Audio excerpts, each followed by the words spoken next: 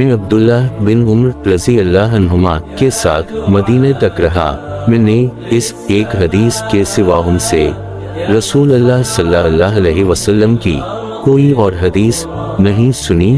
وہ کہتے تھے کہ ہم رسول اللہ صلی اللہ علیہ وسلم کی خدمت میں حاضر تھے کہ آپ صلی اللہ علیہ وسلم کے پاس کھجور کا ایک گابھا لایا گیا۔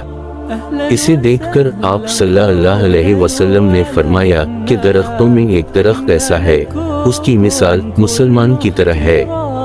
ابن عمر رضی اللہ عنہما کہتے ہیں کہ یہ سن کر میں نے ارادہ کیا کہ عرض کروں کہ وہ درخت کھجور کا ہے، مگر چونکہ میں سب میں چھوٹا تھا اس لیے خاموش رہا۔